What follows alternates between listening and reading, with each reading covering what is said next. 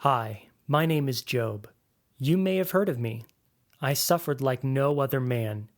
I was tormented with death, disease, and loss. Neither I nor my friends could explain exactly why. But make no mistake, we all share the same concern. What I experienced unites us all in a worldwide quest to answer this puzzling question. Is God right? And so, with God's character on the line, here begins the rest of the story.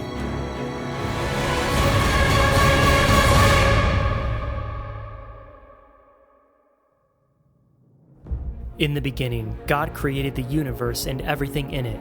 But the first human, Adam, along with his wife Eve, sinned against God, plunging the entire human race into a perpetual curse. Doomed to die, God determined to rescue man through one of Adam's own descendants. But humans proved to be corrupt, and with a worldwide flood, God restarted the world, saving just one man, Noah, along with his family, in an effort to build for himself a nation called Israel, beginning with Abraham, Isaac, and Jacob. But over time, Israel became slaves to the nation of Egypt, so God dramatically rescued his people by dismantling Egypt with 10 devastating plagues. Through God's direction and Moses' leadership, this new independent nation received divine instruction for how to live as a beacon of hope before a lost and dying world. But even Israel proved untrustworthy and forced God to eliminate them one by one with 40 years of wilderness wandering. As a new generation emerged, Moses predicted they too would fail because in the end, God's people need a new heart in order to obey him.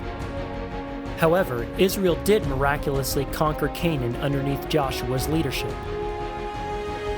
It did not take long, though, for Moses' prophecy to come true. The period of the Judges marked a dark time in Israel's history, where the nation sinfully spiraled out of control. But some in Israel, and some even outside of Israel, followed God with all their heart during that time. This rare attitude snowballed into the rise of David as a righteous king over Israel.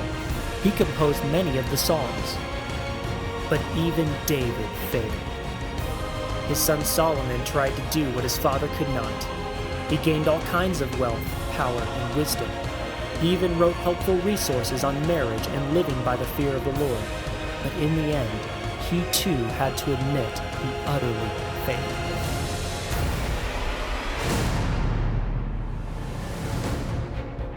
But times change, and so do people. A nation once stable behind two good kings quickly spiraled out of control yet again. After Solomon, the nation split in two, and kings grew to hate God. This triggered the need for prophets to warn the people about their sin and judgment that would follow. They portrayed God's judgment as vengeful, powerful, compassionate, just, loving, redemptive, matchless, comforting, mysterious, and faithful. Why? Because exile is coming. Israel is a ticking time bomb. Their cities will be decimated, their children kidnapped. Their lives will be turned upside down. Some will be impaled on sticks, others violently dragged through the streets. The land of Israel will transform into a graveyard overnight. Has God lost? Is God still right? Jeremiah gives the answer. He encourages Israel to embrace their own demise because God has planned it from the beginning and will use it to rebuild them. He can overcome all their grief and suffering. God has the power to overcome any obstacle that separates him from his people, because he still owns the world. Although his presence may not always be felt, he continues to work behind the scenes on behalf of his own.